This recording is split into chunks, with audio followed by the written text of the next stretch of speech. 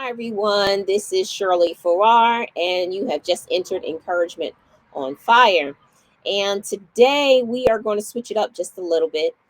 We've been talking about different chronic diseases that affect individuals within our community. And today we're going to talk about how family, friends, and community can also provide an effect on your mental health, on your health issues. And so I have Pastor Daryl Farrar from the Meeting House Church with me today, my husband, and we're going to discuss some of these matters, as well as I believe we're going to have Elder Cynthia come and talk about it. But these matters, family and friendships and community, who we surround ourselves with every single day, it matters on our well-being. And if you hear some cars in the background, we're outside of our home. We really enjoy being outside, at least I do. Pastor Darrell, maybe not as much. But it's important that we know what is the benefit of having family, friendships, and our community around us. I wanted to, I always like to start out with a little bit of background, statistics, research, those type of things. So first thing we're talking about is family. And according to the National Library of Medicine, online, you can look into it. It talks about how family relationships and well-being. There's an actual article. Dr. Thomas, Dr. Umberson, and Dr. Liu. They're talking about how the family really affects us. And some of the things that they said, and it's based on research, is that it shapes our well-being. Everybody that's on here, you can understand this, how we see our lives. So family is a direct correlation of how we see ourselves, right? And you know, our lives are linked to those members of our family, like your inner circle. We have a lot of family everywhere. You have family in different states, but there's certain family members that are interconnected to you. And those relationships affect how you view life and how you see yourself, you know? Um, and then it goes as far as even the research talks about your self-worth or your self-efficacy. Bandura, we talk about all of these things as we are growing up, or we're educated in school and college and different things. And individuals in the faith, how the pastors, you minister to the people based on their self-worth and what you have discerned and what you see in your community. And according to the research and according to the word of God, it's important, our family units. So when we have family units, it's not just our blood family units, but we have family units as our churches and our synagogues. These are the members of our family because we see them. They interact with us all the time. So, Pastor Darrell, I want to say to you, I know that, in first of all, in our relationships, there is not just a connection of the people in our families, but the reason we are affected by them is because there is an exchange going on. So we always look at the world, especially as a faith-based person, we look at the world and we say, the world is this, the world is that. But in our family units, our family expects things from us. Whether you are a couple and you marry, that spouse expects something from you. Whether you are a parent and a child, the child expects something from the parent expects something from the child. No matter what the dynamics of the relationships within a family, there is a great exchange going on. And it's no different than in the household of faith. In the household of faith, God the Father, there is a great exchange going on between the faith, the children of the kingdom. We are required to do some things, and that's from day one, meaning salvation or our relationship with God. What would you like to say about that? Well, first of all, I want to like to state I'm here under protest and duress because she has not paid me yet. And we're very relaxed But today, so I hope you you know, enjoy. and speaking about this, I mean, there's a lot of biblical principles and facts that we could use, and but one of the ones that I find that is um, so meaningful Mhm. is I kind of talked about it at the end of the sermon today, talking about Job and his friends. Mm. Now, how Job was going through his problems, Yeah. and he called on his three friends, looking for solace and Mhm. compassion and understanding, Mhm. and all they could do was, Job, you did something wrong, Right. and that's not what Job was looking for. And Mhm. even from his own wife, she had just had enough of whatever he was going through, and told him to just curse God and die. And so your Mhm. family doesn't necessarily have to. You know, one of the sayings I always say that skin folk ain't always kinfolk. So some of the people that you surround yourself with Mhm. aren't necessarily blood relatives, but if they have your best interests at heart, they become more endearing and important to you than some of your Mm. siblings. Yeah. Um, Mm. and some of your friends become closer than a brother. The Bible says there is one that sticketh Mm. closer than a brother. So that Yes. tells you you're gonna have people go in and out of your life, Right. but Jesus is never gonna leave you. That's So true. so you gotta know who you surround yourself with. Mhm. You gotta know. First of all, you gotta be confident in who you are. Mhm.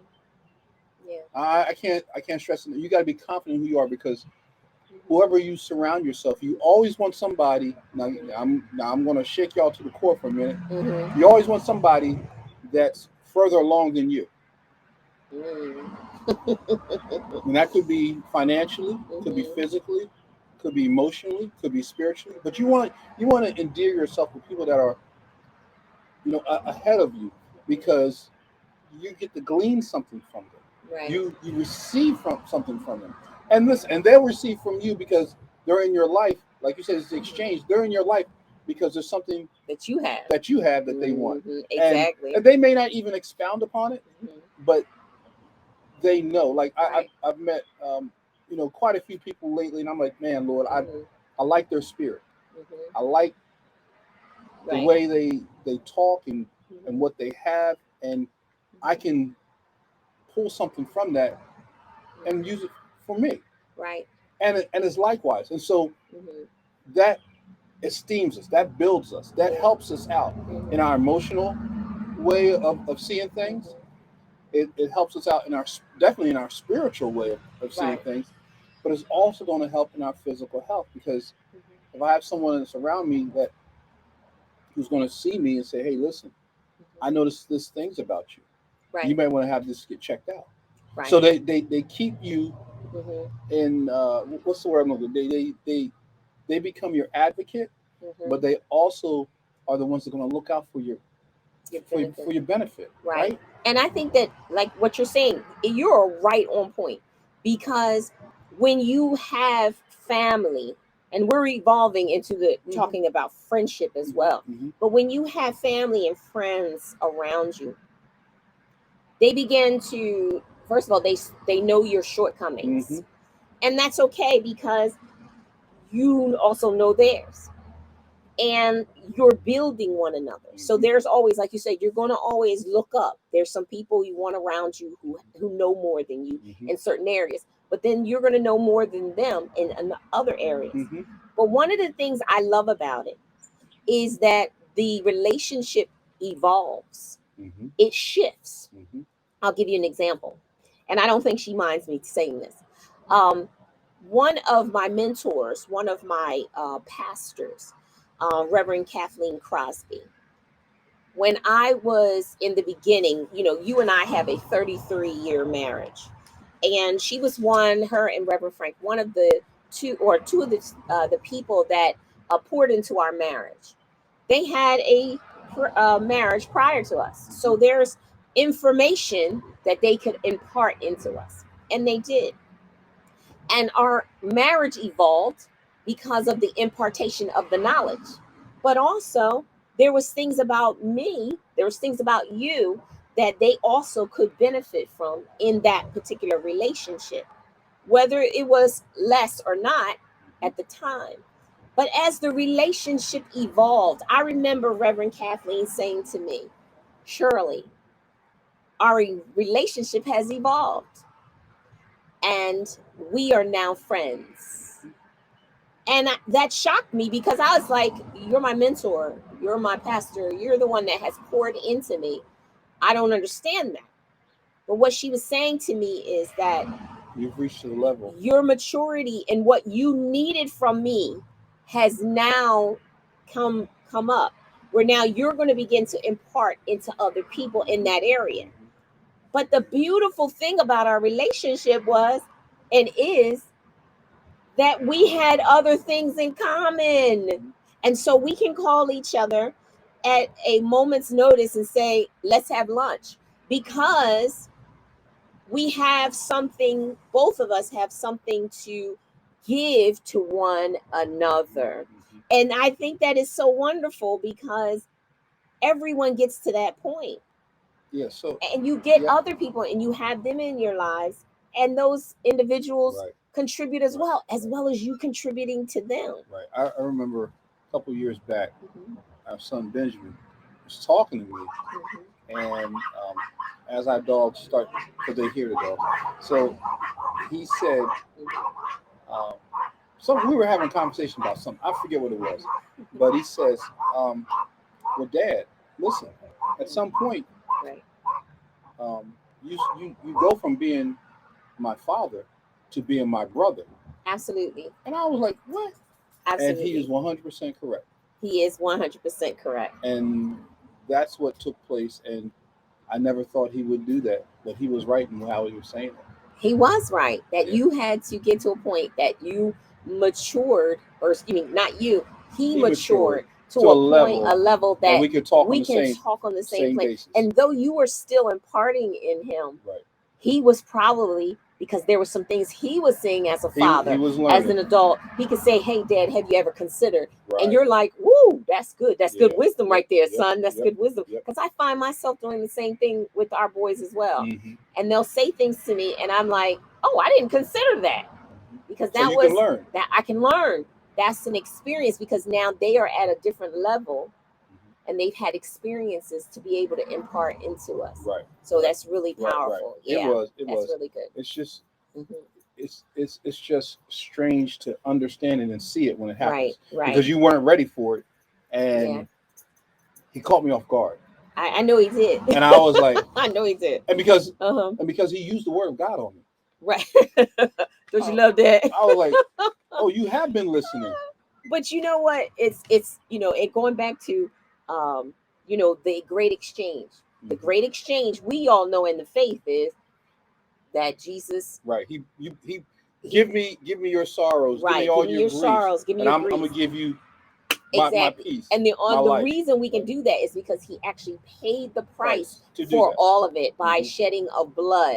Isn't that something we go back to the family by the shedding of blood? So Jesus is our family, and that's what we need to always look at. Family. Yeah, right. He's our family. So there's a great exchange going on. So anytime that you're thinking, well, in a relationship, why is it like this? There should never be a relationship that's one-sided. Right. If you are in relationship with God, God is always blessing you. God is always bringing you through adversity situations. He's always doing some things. The question is, what are you doing for God? And I think a lot of times people don't look at that. What are you doing for God? And so you have purpose in the earth, and you have to actually begin to walk in that purpose. And one of the things I failed to mention this today. During the sermon. Talk loud, because we're outside. I failed to mention this during the sermon, but I'm mentioning it now. God doesn't work for you, but he works with you. With you, exactly. Because everyone thinks, oh, God's going to do this. God says, no, I'm going to do my part. But you got to do your part now. And I'm going to make sure you get to where you need to be. Absolutely. because you're an overcomer, but I'm going to help you. Mm-hmm. Absolutely. Absolutely. You know, if we move into, and we've already been talking about, It's you starting know, to rain. it's starting to rain out here. Oh, wow. So we're out here, you guys, but it's starting to rain. Just letting you know, if you hear a little pitter patter against the trees and different things. But we started talking about the family, and now we're talking about friendship. We just started moving right into it. But there's another article by Miss Lawler, and medically reviewed by Dr. Allison Young. It's on why friendships are so important for health and well-being. Well, three of the things that they say. First of all, healthy eating. Isn't that what we've always talked about in this journey of defeating cancer, sickness, and disease? Healthy eating is number one. Number two is everybody can, after a while, you just know what I'm going to say. Healthy eating and exercise. Those are two things you have to do. But guess what? The third one is good, healthy relationships. This is research. This is research. I want people who, remember, we said a false balance is an abomination. A just weight is his delight. You have to have balance in your life. So you could be doing, healthy eating, healthy exercise, and you don't have good relationships because those relationships are bringing you stress. Mm-hmm. Okay, and I'm not talking about just your family and friends. I'm talking about your coworkers. Mm-hmm. I'm talking about your life in your church or your synagogue. We're talking about community. All these things matter. I don't think we look at the people at work as relational. Mm-hmm. I think in our religious settings we semi look at it. We just look at our family units, the ones that Right. are in our household, Uh-huh. as being the ones that we have to relate to. Right. Because it's But long term. right, We think right, of it as long term. right, But even if you're at a job and it's short term, right, you're with them 8 to right. 10 They hours are in still a day. they are still impacting your life, They and are you are impacting their life. affecting your health. Right, and so we got to look at that. I mean, listen, some of us, what we don't know that we have either a healthy or unhealthy relationship with food. Oh my goodness. Well, This is where we're at. that's number one. Right, right. So an unhealthy relationship with food means that, man, you know, I like having pizza, but if you have pizza Every three day. 3 out of the 5 days in a week, it's unhealthy. Yeah. Everything in moderation, nothing in excess. You know what I Yeah. mean? So, but you can also go to the other side of that spectrum too and say, well, I don't eat no pizza, and I'm dogmatic about this, and you're like, well, Right. that's unhealthy. There's no balance. That's unhealthy as well. There's no balance. So we gotta strike the balance, know the balance, and allow things that's going to be that's going to bring us even in our relationships. Absolutely. And sometimes you're going to have some family members that you don't see eye to eye on, and you got to know, okay, well, I can't go to them for this, but I can go to them for that. Isn't that what we said before? Right. You can have relationship. It begins to constantly change. Right. Constantly change. I have many mentors throughout my life, Mhm. and many of them now I'm friends with because what they were imparting into me, that season is over. But there's another season. There's a season of friendship. There's a season of some other things. And that's okay. That's a good And there's a thing. season of departing. Oh, there is a season of departing. But I think what we have to, I always say, listen, I'm an old Girl Scout person. And there's a saying, make new friends, but keep the old ones. One is silver and the other is gold. So all you Girl Scouts, brownies out there, you've heard, if you were in the middle of that, you know what that is. It's the same thing, Pastor Darrell, you always say. If you're on a job and you're going to leave a job, go and exit the job the right way. Unless you can't. I'm just saying, because there's some circumstances, it's just one of those things. I'll see you later. But if you can, do whatever you can to depart well, to support each other well. And sometimes in a relationship, you realize that it's the end. Sometimes you realize that people didn't mean you well. They were in it to get what they could out of you. And that was really, unfortunately, that's they just wanted to get what they wanted out of the relationship. Is it the Yeah. end? Pastor down his songs. But we New have edition, to, y'all. new edition. We have to look at that and say, Mama always told you me know, that. is this relationship profitable? Mm-hmm. And one thing that I can say, and everybody who knows me knows, if I have friends, I'm your friend. Now those that are my friends are like, oh yeah, she's your friend, because no matter what you do, if you are willing to say to me, just like I'm willing to say to you, I was wrong, forgive me. We can begin and mend that relationship. It may take a while, but we can mend that relationship. And I have had girlfriends over the years. We've had, y'all know who you are. We've had those conversations because that's real friendship. And if you are ever in a relationship where a person is, they never can say, I didn't do anything wrong. Right. I'm sorry. That was all you. They weren't your friend to begin with. So we have to identify what's toxic. Right, and that's another Yeah, segment. but We're not gonna go yeah, into but that. when I say toxic, I'm talking about Right, toxic right, that doesn't bring any healthy boundaries to our life. That's what I'm talking about. exactly. So if it's toxic, if you're always the one pouring out, if you're always the one giving, you can be in business relationships and you're constantly pouring out. I've been there before. You're constantly coming up with great ideas and you're giving away, And it's never and it's reciprocated. never reciprocated. No one ever says thank you so much. No one gives you an award. No one is saying, hey, here's a promotion. Right. You don't have those. It's not reciprocated. After a That's while, not a good relationship. yeah, that well And there runs dry. needs to be a change, a shift. Mm-hmm. That everyone needs to say something's not right here in this relationship. And that's a business relationship. But we're talking about, family. If your family is constantly putting you down, each of you have love languages. If your family is constantly telling you, and you have your love language is affirmation, and they're constantly telling you you're no good, that's not a good relationship. Mm-hmm. And remember what we're talking about, being affected by family, by friendships, Mm-hmm. by community. Mm-hmm. If there are is now, we're not saying that you can't have good criticism. Mm-hmm. Okay, someone can give you good criticism, and you're like, "Wow, I needed that. Now I can improve." But if you're always the one where someone is constantly telling you, you're doing bad, this you did no good, and they never had anything good to say, you're never a Mm-hmm. positive person, you're never good at what you do, that is a toxic relationship, and it's time for you to go. Yeah, there's an old saying: "Go where you're celebrated, not tolerated." Absolutely. We have had people in the church, at other churches, and we are never those individuals to tell people to leave their church. Absolutely not. The Lord tells us that are to reconcile one with another. Mm-hmm. Work it out. Work it out. And the Bible even says, if you go to them and they don't want to hear you, that you go and find someone else that can go with you, because people are more prone when there's an audience And two or three witnesses to do what is right.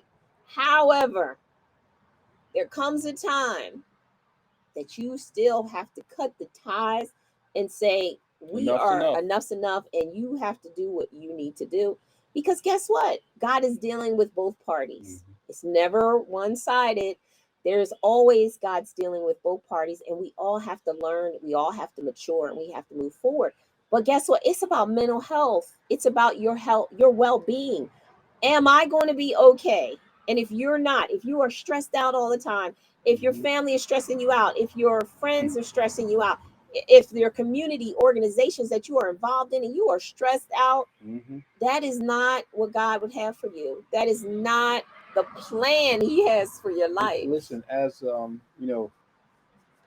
I'll say people of color, Mhm. their family reunions. You always got some distant relatives, some cousins, some uncles. They like, here they come. I think that's everyone. I don't. Well, I can only speak from this aspect. I know we can only speak from our own culture. I know. So those are the ones that Yeah. you have marked them in your mind, Yeah. and you just know, I don't want to be that person. Right. I don't want to be the one that when we get together, And then you say, don't bring this subject up because you know Right. they're going to go off on the details. Right. Because why? Because it's going to cause strife. It's going to cause all type of anger issues and everything. Right. And you're taking that in when you're around a group of people. You're taking in whatever they bring to the table. Yeah, absolutely. And whatever you bring, because sometimes you're going to be the one that's going to bring some strife.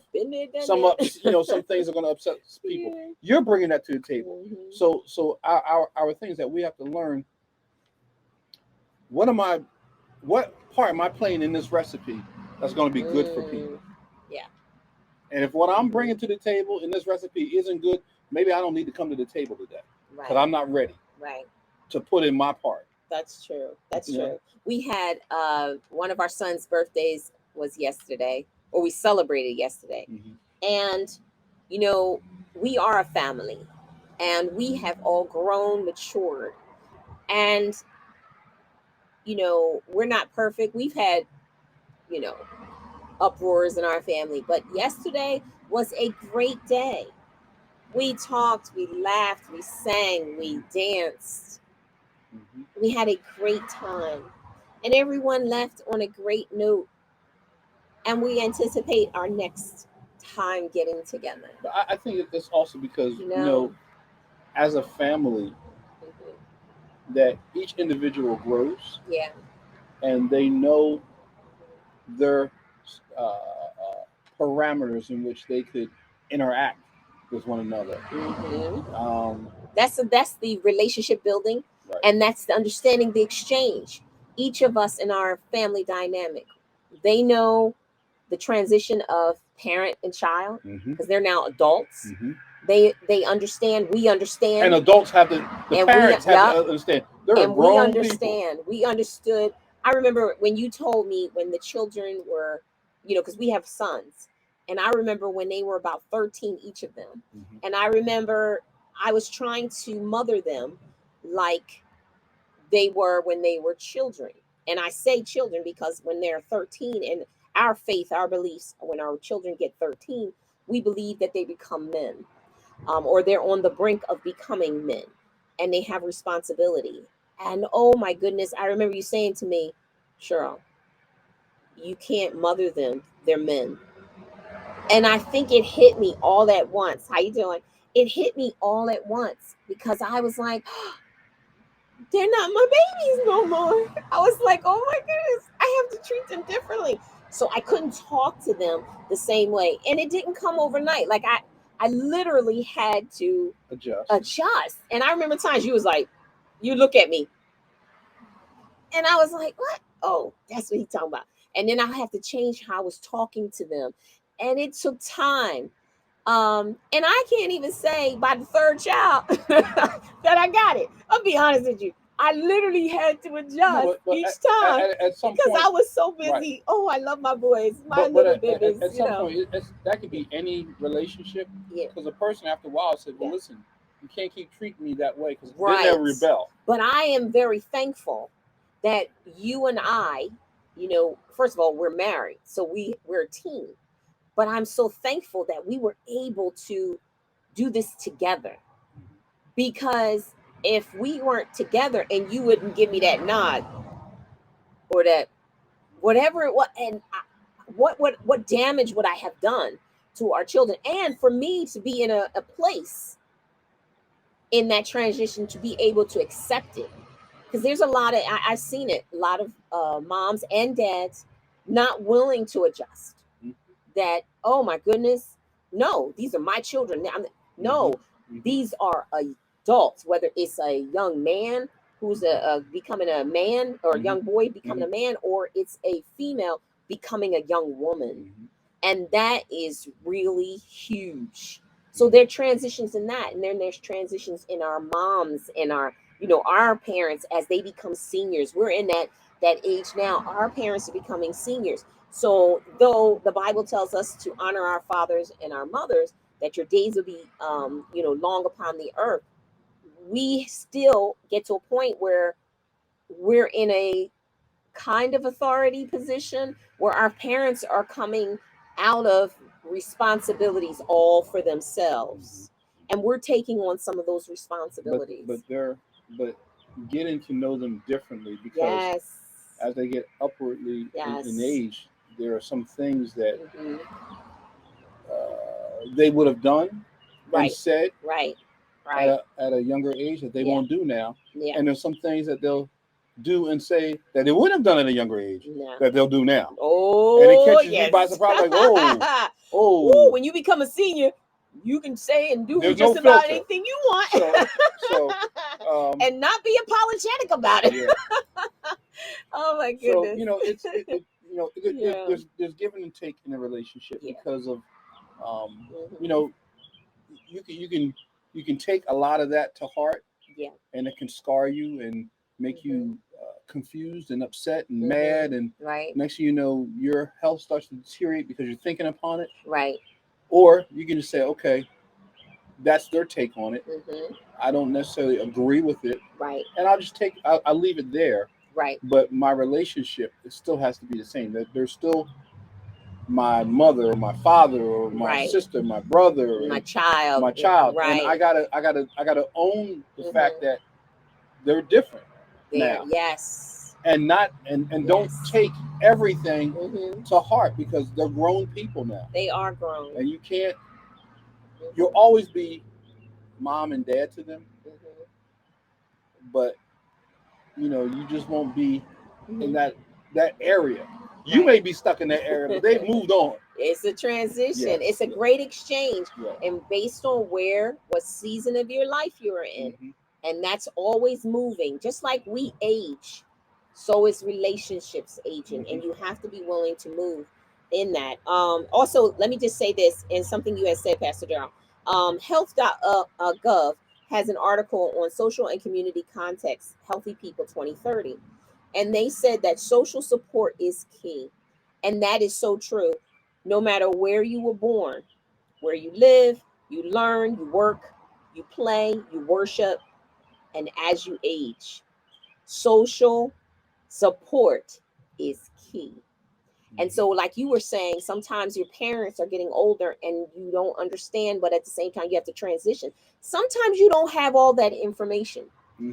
And what do you need to do? That's why it's good to have good relationships all the way around in your family, Hmm. in your friendships, in your organizations Hmm. that you're affiliated with. Hmm. There should be good relationships throughout, because even if you can't reach out to your family and your friends, there may be someone in the organizations that you affiliate with that could give you good advice, because you surrounded yourself with good people Hmm. who have wisdom.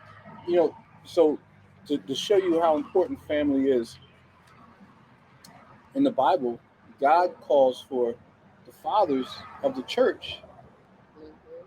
to be fathers to the widow's kids, Right. Right. because he realizes what they need. Hmm. And so our responsibility is to take that on. Not that we want to take it on, Yeah. but that's our responsibility. Hmm. Even Jesus hanging on the cross, Right. he looks at John and says, Mm. "Woman, behold thy son. Son, behold thy mother." Which Right. means you say, "I'm transitioning, and I'm telling you to take her under your wing." And it says that Yes. he took her into his house that very same day. Yeah.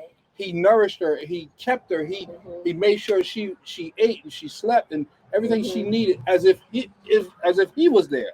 Exactly. And so he gave him the authority Yes. to look after her well-being. Hmm. You know what I'm saying? How many people can say that? If you and I both think about that right now, we probably can name a few people in our lives. But how many people can say that? I have friends in my life Mm-hmm. that if I needed to leave the state, or I need to leave the United States of America, I could leave my mom, my dad, my family in their care, Mm-hmm. and they would do exactly what I would do. Mm-hmm. That's the thing. Mm-hmm. We have friends in our community. We have family members, right? But would they do the exact same thing you would do? Well, that's where you look for the trustworthiness. Well, that's what I'm saying. We surround ourselves. And I think when I'm speaking to people today, I'm just saying to you, look at your life, Mm-hmm. you know, reflect, see who you have in your inner circle. Mm-hmm. What is the basis of your relationship? Is it more you giving out? Is it more them giving out? Receiving. Yeah. Receiving? Is it, you know, in all of it, is it one of those things that it's a positive relationship? Is it more a negative relationship? And where do you see that relationship going? Do these individuals share the same mindset as you on the journey ahead? We have different, I know people say, well, I have different friends all over the place, and that's fine. But those that are in your inner circle should have the same outlook, should they have the same mindset as you. We have associates. You did a sermon years ago on friendships, relationships, allies, advocates. Like there's all these different facets of people. We're so quick to name everyone as our friend. But you got to designate. You have to designate them and find out, are these really my friends or are these my coworkers? Jesus are had these 3,000. Yeah, but he only had 3 friends. And he had 3,000 associates. And he had 9 close relationships. Right. But only called 3 of them as friends. Well, disciples, right? Yeah. So, but he only called 3 of them as friends. But only 3 of them was his friends. So, we have to look at who we engage with and what part of their life is, efficient and good for us. And even Jesus' 3 best friends. Yes. They sold him out trying to go pray. Right? When he was trying, I'm just saying, when he was trying to pray for all of us, think about it, for all of us. They couldn't stay up. They couldn't stay up. Yeah. How many of you, and I'm thinking about myself, how many of us have friends that I'm going to need there you to be there if I'm in the hospital? And y'all know not recently, but in the past few years, I was going through a chronic disease. Where were those friends? We're going to leave that alone. We're going to leave that alone. I did have some friends that walked with me, but I'm saying the ones that I thought was going to walk with me, they was ghosts.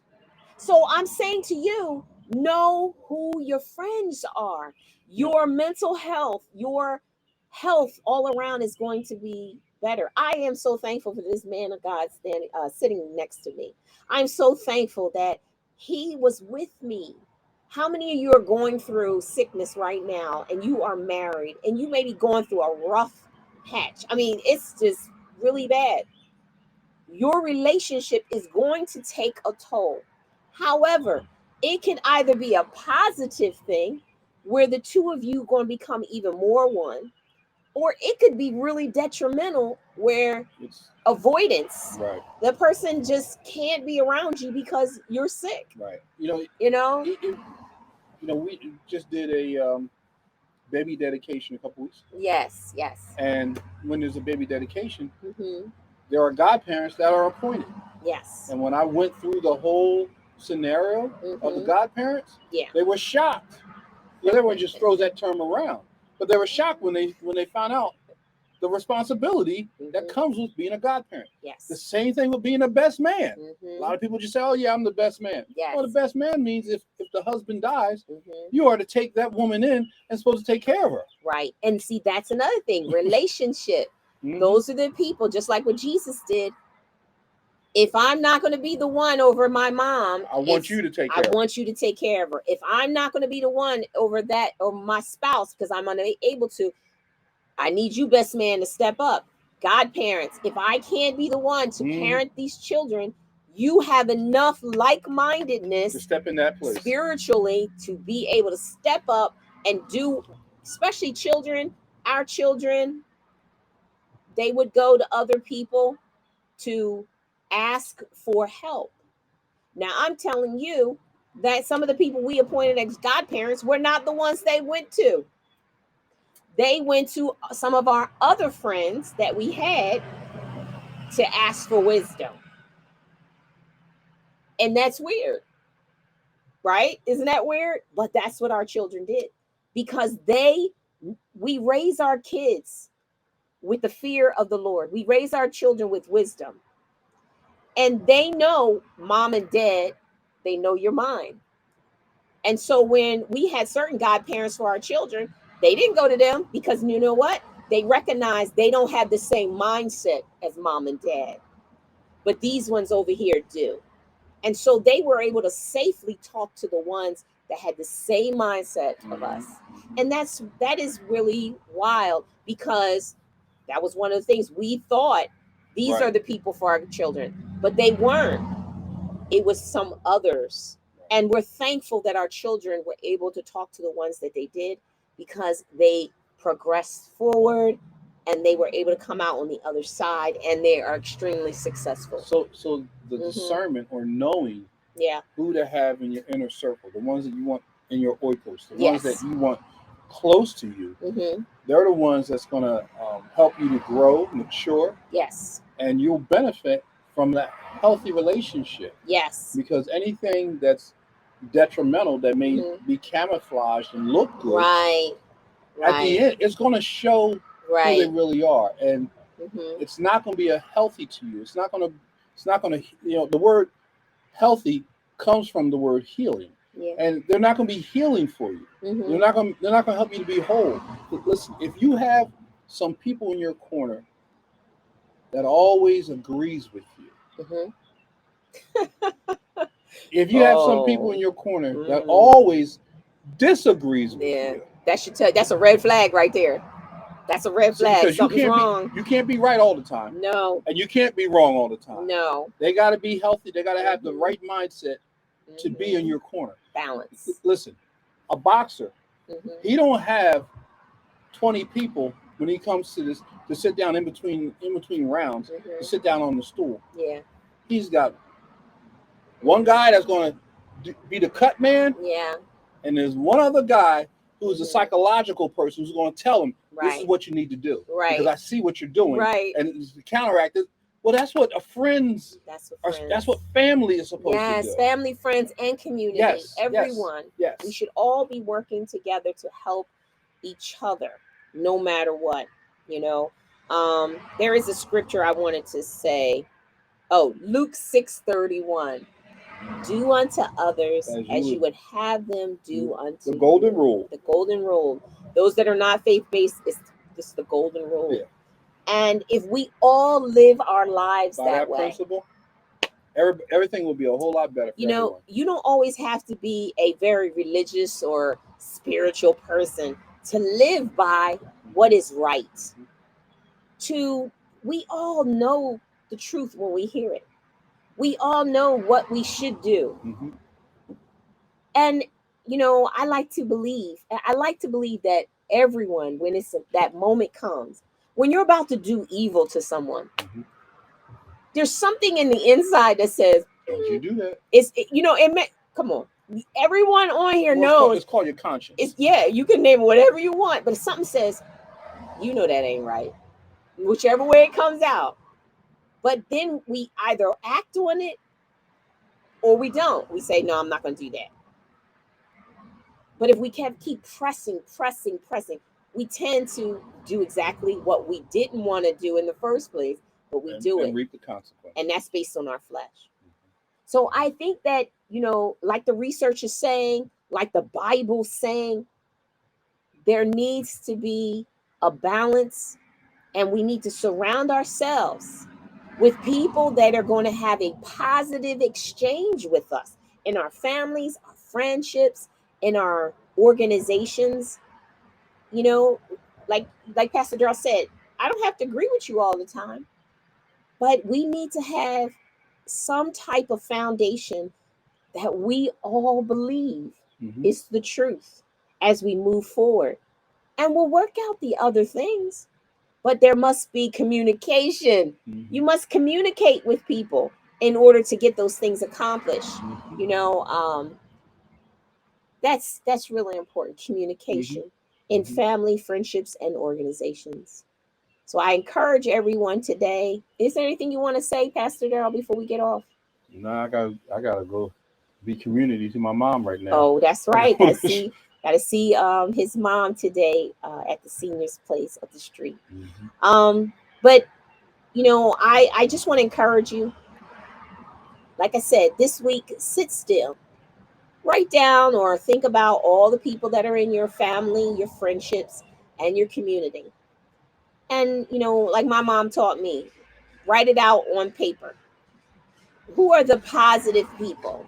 the people that are encouraging you to be everything you need to be in this life, who are saying to you, somebody's having a bad day over there in their car, but whoever is encouraging you to be positive, to walk in purpose, to live out your destiny.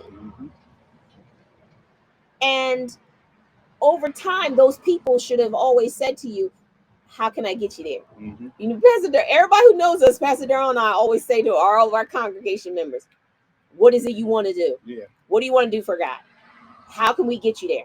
What do you need us to do? But if you don't want to do the work, there's nothing we can do about it. But it's better, the Bible says, I'm moving on. It's better if two walk together. Yeah. It's better if two walk together. So in your families, in your friendships, in your community, pair up and walk together with other people who are like-minded, who want to see you succeed. You'll find out in life that that's not everyone. Right.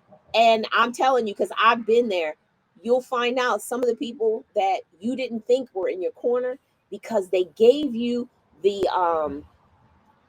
they were very hard on you, and they saw your potential, and they didn't want you to cut corners. That those are the very people that God sent into your life. So I'm Shirley Farrar, and this is Pastor Darrell, and we are so thankful that you decided to join us this evening. Pay me. So I hope you have a great evening and ponder what we had talked about today. Be positive. Keep your mental health stayed on the Lord. Keep balance and walk in the love of God. I'll talk to you soon.